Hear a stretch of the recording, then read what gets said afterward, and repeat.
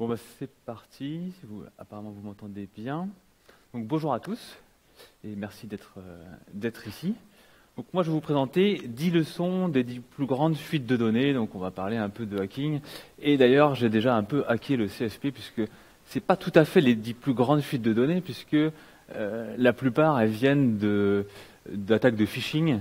Et là, l'idée du talk, c'est de tirer des leçons en tant que développeur.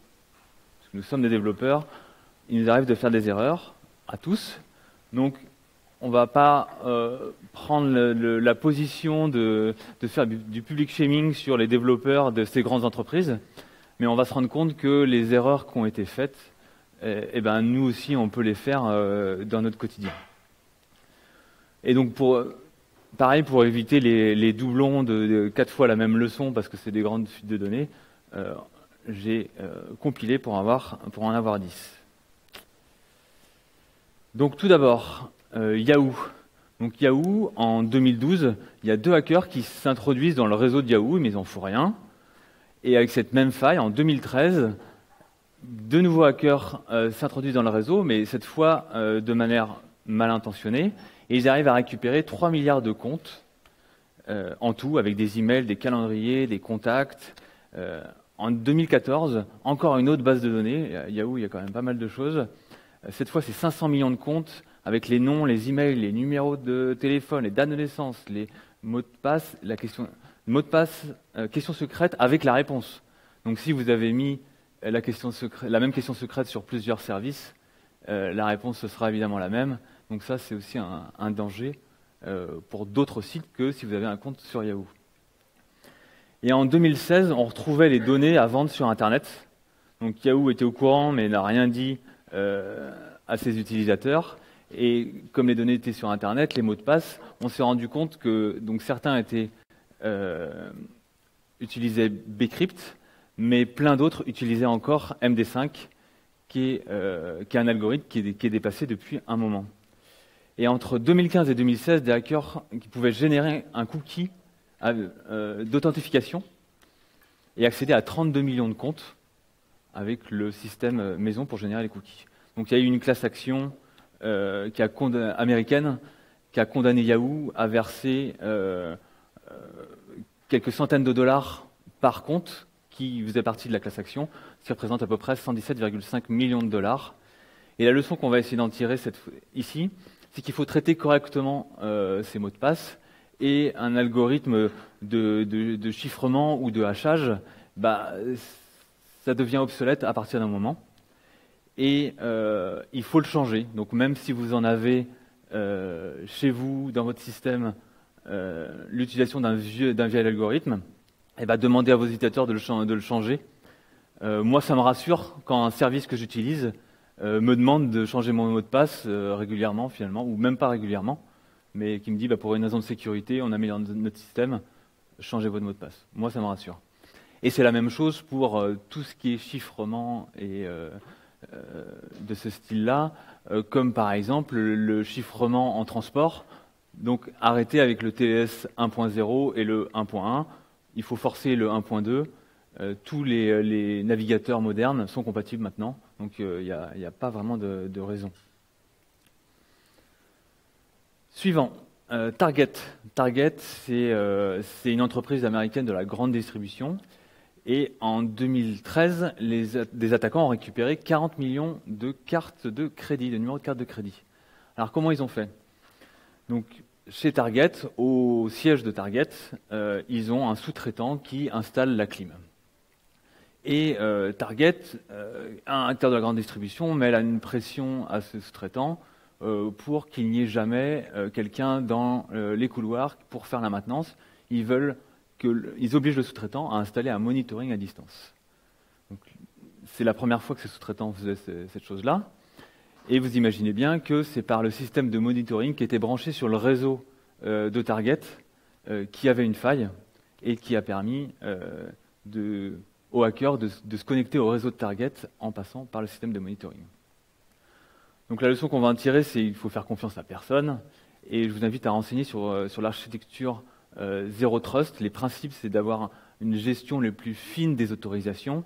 Et donc c'est valable pour les prestataires physiques, c'est valable aussi pour les services externes que vous utilisez ou les librairies que vous utilisez également dans votre code. Ensuite, Sony. Donc en 2014, un groupe de hackers qui se fait appeler les Guardians of the Peace divulgue les données appartenant à Sony Pictures. Donc ces données étaient des informations personnelles des employés, de leur famille, des salaires des dirigeants, des copies de 10 films pas encore sortis, en grosse qualité, et les plans de futurs films et des scripts de films. Donc les hackers, ils demandaient le retrait du film The Interview, dont on voit l'affiche. Donc c'est une comédie qui raconte l'assassinat de Kim Jong-un, le leader de la Corée du Nord. Donc un film qui n'est pas terrible, mais du coup qui a eu des grosses conséquences. L'attaque a été attribuée à la Corée du Nord, mais vu les quantités de données, donc c'est 10 films en qualité cinéma qui ont été exfiltrés, vu l'infrastructure de la Corée du Nord, ça paraît peu plausible qu'ils aient été capables d'extraire ces 10 films. Donc on pense à une nation amie un peu plus au nord, dont je ne dirai pas le nom parce que on est enregistré. Et d'ailleurs c'est marrant puisque c'est au mois de février, il y a une seule personne qui a réussi à mettre à terre l'Internet nord-coréen. Donc c'est pas le vrai Internet, mais c'est quand même un Internet, juste en s'attaquant à une structure réseau du réseau Internet de Corée du Nord, donc juste avec une seule personne, et avec une faille qui n'était pas fixée. Et c'est d'ailleurs c'est comme ça qu'ils ont réussi à rentrer chez Sony. En fait, il y avait des failles qui n'étaient pas corrigées, que Sony Pictures connaissait depuis longtemps, et ce sont des anciens employés qui auraient divulgué ces failles. Donc la leçon qu'on va en tirer, c'est qu'il ne faut pas laisser traîner les failles. On sait qu'on en a tous. Il y en a des plus ou moins critiques, il y en a qui ne l'étaient pas et qui le deviennent avec le temps. Donc il faut les corriger. Ensuite, Uber, donc l'entreprise américaine qui fournit un service de VTC. En 2016, donc des informations de 57 millions de passagers avec les noms, les adresses, les numéros de téléphone et aussi des informations de 600 000 conducteurs US avec les numéros de permis. Et tout ça a été caché par les dirigeants d'Uber. Et ils ont fait pression auprès des hackers, enfin faire pression. Ils leur ont offert 100 000 $ pour ne rien dire, et ils ont fait passer ça pour un bounty, du bug bounty. Ils avaient déjà même à l'époque un programme de bug bounty, et ils ont dit c'est dans le cadre du programme de bug bounty. Et pas plus tard qu'il y a 2 jours, mardi dernier, il y a un juge américain qui a condamné le responsable de la sécurité de Uber de l'époque à je ne sais pas quoi exactement d'ailleurs, mais en tout cas il a été jugé coupable pour avoir caché ces informations-là. Et donc les attaquants, ils ont trouvé des codes d'accès à AWS S3 dans un repository GitHub privé. Et la leçon qu'on va en tirer, c'est qu'il ne faut pas mettre des credentials dans Git. D'ailleurs, si vous mettez des credentials AWS sur un Git public, sur GitHub par exemple, vous pouvez être sûr que dans les 20 minutes qui suivent, vous allez vous faire hacker.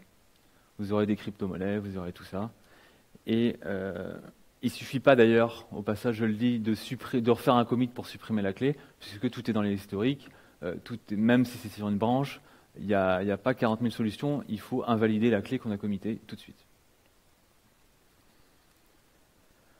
Ensuite, donc Friend Finder Network, donc c'est une société qui est derrière Adult Threat Finder, Cams.com, Penthouse, Triphouse, eCaps.com, donc je vous laisse imaginer le genre de site.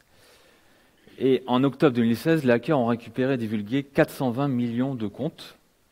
Donc là, c'est pas très rigolo pour eux. Et comment ils se sont pris? Il y avait une faille de sécurité, une faille LFI, Local Field Intrusion, c'est-à-dire les hackers arrivent à uploader un fichier de code sur le serveur d'application et il est exécuté. Et donc ils ont récupéré des mots de passe qui étaient stockés en clair ou en SHA-1, donc là on repart sur la leçon numéro 1.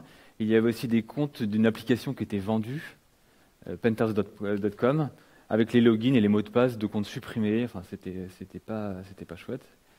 Et là où c'est plus grave, c'est que les hackers, ils avaient prévenu. Ça se fait souvent dans la cybersécurité. Des hackers, bienveillants ou non, mais souvent bienveillants quand même, préviennent, envoient un mail et avertissent, voilà, j'ai trouvé une faille, comment est-ce qu'on peut s'arranger pour un paiement en général, c'est rarement gracieux. Et du coup, Fine Friend Network avait tout ignoré, ils se sont dit, bah non, mais c'est rien, c'est pas grave. Et donc, c'est par cette faille qu'ils sont passés. Et la leçon qu'on va en tirer, c'est, quand on vous avertit, regardez quand même. D'ailleurs, je vous encourage à mettre un fichier sécurité.txt à la racine de votre site, ou alors une page de sécurité qui vous explique comment vous contacter, une clé PGP pour assurer l'anonymisation de la personne qui va divulguer. Et d'ailleurs, pour le sécurité.txt, il y a une norme qui est sortie il n'y a pas très longtemps sur comment créer ce fichier. Hop, ça, c'était ça. Ensuite, Equifax. Equifax, c'est une société américaine qui fait de l'évaluation de la solvabilité et de la capacité de remboursement des personnes. C'est le credit score qui permet d'accéder à des crédits à la consommation. Et selon Wikipédia, ils sont autoproclamés spécialistes du big data, de la sécurité informatique et de la protection de la vie privée. Sauf qu'en mai 2017, Equifax a subi une attaque qui compromet 148 millions de données personnelles d'Américains sur une application insuffisamment sécurisée. Donc la faille a été rendue publique par Equifax en septembre. Donc l'attaque a eu lieu en mai, c'est rendu public en septembre, et entre-temps, les 3 dirigeants de l'entreprise, ils ont revendu leurs actions, qui évidemment a perdu 13%. Et le pire dans tout ça, c'est pas le délit d'initié, c'est que l'application insuffisamment sécurisée avait pour compte un compte admin avec le mot de passe admin. Et d'ailleurs, si vous avez dans vos mots de passe ces mots de passe-là, faut les changer puisque ce sont les plus utilisés. Donc, je vous invite aussi à utiliser un gestionnaire de mots de passe pour avoir un mot de passe par site, parce que dans toutes ces fuites de données, quand le mot de passe il fuite et que vous avez tout le temps le même mot de passe, du coup, potentiellement des hackers ont accès à tous vos comptes et activer le tout effet, évidemment. Ensuite, je me dépêche. Capital One. Donc Capital One, c'est une banque américaine de crédit à la consommation. En 2019, il y a une attaque.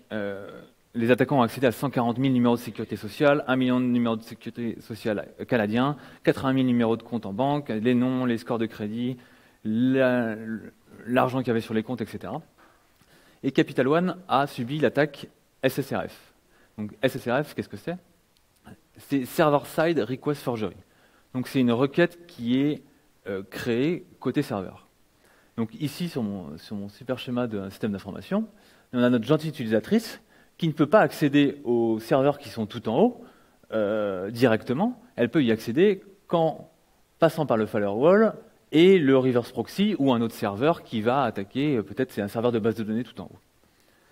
Et donc là, on se sent bien protégé dans notre pare-feu. Sauf que l'attaque SSRF va faire une requête qui va être particulière et qui va faire en sorte que le serveur qui est juste derrière le pare-feu va faire une requête illégitime à un autre serveur et exfiltrer des données. Et Capital One, ils sont hébergés chez AWS. Et sur AWS, sur les instances EC2, il y a une metadata API qui permet de faire des requêtes HTTP depuis une instance EC2 pour récupérer des informations comme le security group, des credentials, le nom de l'instance, etc., etc. Et puis, du coup, les hackers sont passés par là, ont fait une requête particulière qui a déclenché cette metadata API et qui leur a permis de récolter des accès. Et d'ailleurs, cette faille, au début, s'appelait la vulnérabilité Capital One, ce qui est la classe d'avoir le nom de vulnérabilité au nom de son entreprise. Et la faille SSRF a fait son entrée dans le dernier top 10 OWASP. Donc il est dans les vulnérabilités les plus rencontrées. Et la leçon qu'on va en tirer, c'est que ce n'est pas parce qu'on est dans le cloud, dans AWS, dans GCP, dans Azure, dans ce que je ne sais pas, qu'on est sécurisé. D'ailleurs, j'ai pris ce schéma sur le site d'AWS. et qui explique clairement que eux, ils sont responsables du compute, du storage, de la base de données parfois, de la division en régions, mais tout ce que vous mettez dessus, et surtout les données de vos clients à vous, c'est de votre responsabilité. Donc c'est à vous de faire bien attention aux configurations du cloud. Et je vais aller très très vite, je passe celui-là parce que j'ai plus de temps. Et parce que je peux quand même parler de Facebook, parce que Facebook c'est un bon sujet. Donc il y a une entreprise mexicaine qui exploitait les données de Facebook, qui a laissé des données sur un bucket S3 qui n'était pas sécurisé. Et il y a 540 millions d'enregistrements avec toutes ces informations-là qui ont été divulguées. Et du coup, après, depuis Cambridge Analytica, c'est plus difficile d'avoir des données de Facebook. Toutes les données Facebook fait un peu plus attention. Et la leçon qu'on va en tirer, c'est que faites attention à la configuration de votre cloud, surtout du S3. Et je suis abonné à une newsletter hebdomadaire par un consultant qui n'est pas d'AWS, où il y a régulièrement le S3 Bucket Negligence Challenge Award, où c'est des grosses failles de sécurité, où les buckets sont ouverts. Et d'ailleurs, c'est valable pour AWS, mais pour GCP, pour Azure, etc. Et Facebook, toujours, des données ont fuité en 2021, mais la collecte a été faite en 2019, et la faille était résolue maintenant. Mais en fait, les données étaient disponibles dans l'API, mais pas disponibles dans le front. Donc il y avait plus de données disponibles dans l'API. Et pour les hackers, l'interface pour eux, c'est l'API, finalement. Et ils ont récupéré tout un tas de données, 530 millions de comptes, numéros de téléphone, etc., etc. Donc, quand vous faites un contrôle sur le front, faites-le sur le back. Je vais très vite. Donc, donc on avait Elastic juste avant, mais c'est pas grave. Donc, c'est Baikia, c'est une entreprise de transport qui avait un Elasticsearch ouvert, donc qui n'avait pas appliqué les principes de sécurité, d'authentification. Donc, c'était pour Elasticsearch, mais c'est aussi pour Mongo, qui n'a pas forcément de sécurité par défaut. Et du coup, ils ont réussi à exfiltrer 200 gigas de données. Donc faites attention, quand vous mettez une base de données comme ça ouverte, il faut la sécuriser. Et le bonus, c'est Decathlon, qui s'est fait avoir aussi en février 2020, avec 123 millions de données personnelles, principalement des données des employés. Et la leçon qu'on va en tirer, c'est pas parce qu'on est une entreprise américaine, qu'on n'est pas une entreprise américaine, qu'on ne peut pas être la cible. Et c'est là que Decathlon a été la cible. Donc voici la liste de toutes les leçons qu'on va pouvoir en tirer. Et donc merci à vous et merci d'être là et peut-être d'avoir participé à ce talk. Et pour savoir si vous avez participé à ce talk, je vous invite à aller sur le site Have I Been Pwned, de mettre votre adresse mail pour savoir si vous êtes dans les fuites de données dont on a parlé. Et vous pouvez vous inscrire, il va vous donner une alerte par email si un jour votre email sort dans une fuite de données qui est rendue publique. Merci beaucoup.